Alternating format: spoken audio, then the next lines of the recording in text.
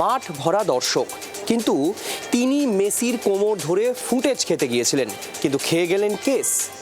অর্থাৎ শতদ্রু দত্তের কাঠগড়া এতদিন পর্যন্ত ছিলেন প্রাক্তন মন্ত্রী অরূপ বিশ্বাস। এবার অরূপ বিশ্বাসের বিরুদ্ধে মুখ খুলল টিম মেসি। মেসির নিজস্ব টিমের পক্ষ থেকে একেবারে পরিষ্কারভাবে জানিয়ে দেওয়া হলো, সেদিন মাঠে পর্যাপ্ত নিরাপত্তা ব্যবস্থা ছিল না।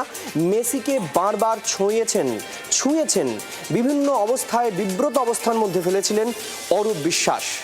এবার শতদ্রু দত্ত বলছেন, এবার তো ধরাধীন প্রাক্তন মন্ত্রী অরূপ বিশ্বাস। দুজনেই হ্যাটট্রিক করেছেন, একজন ময়দানে, অন্যজন সমনে।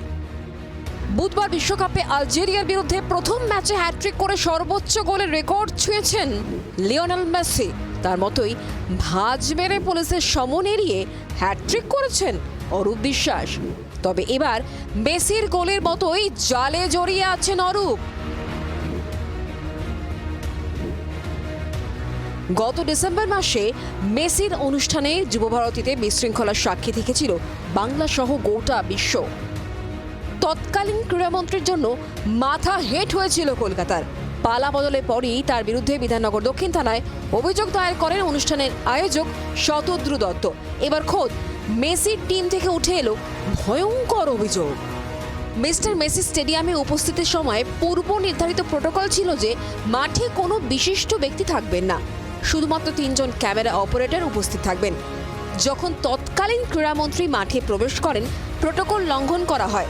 নির্ধারিত কর্মসূচির অংশ ছিল না এমন বিভিন্ন কার্যকলাপে জড়িয়ে পড়েন। বারবার মিস্টার মেসির সঙ্গে যোগাযোগ ও তার শরীর ছোঁয়া হয়। মিস্টার মেসি নির্ধারিত সময়ের আগেই চলে যাওয়া একমাত্র কারণ ছিল মাঠে অনুমোদনহীন ব্যক্তিদের হস্তক্ষেপ। ইভেন্ট প্রমোটার শতদ্রু দত্তের হাতে নিয়ন্ত্রণ ছিল না, ঘটনার জন্য তিনি দায়ী নন। এরপরই সোশ্যাল মিডিয়ায় অরূপকে খোঁচা দেন শতদ্রু দত্ত। তিনি লেখেন, আপনার পাড়ার পল্টুদা হ্যাটট্রিক করেছে, এবার তো বেরিয়ে আসুন। কিন্তু কোথায় অরূপ? বুধবারও আমরা ঢুমারি তার নিউ আলিপুরের দুর্গাপুর কলোনির বাড়িতে। এটা হচ্ছে অরূপ বিশ্বাসের সেই বাড়ি। এখানে নোটিশ তো আমরা বারবার দেখাচ্ছি, কলিং বেলও বাজাই, রোজই বাজাই, কেউ দরজাও খোলে না, কেউ সাড়াও দেয় না। এখানে একটা ক্যামেরা আছে। অরূপদা মেসি হ্যাটট্রিক করেছে। অরূপদা আপনার বাল্যবন্ধু মেসি হ্যাটট্রিক করেছে, আপনি খুশি? অরূপদা আপনি খুশি?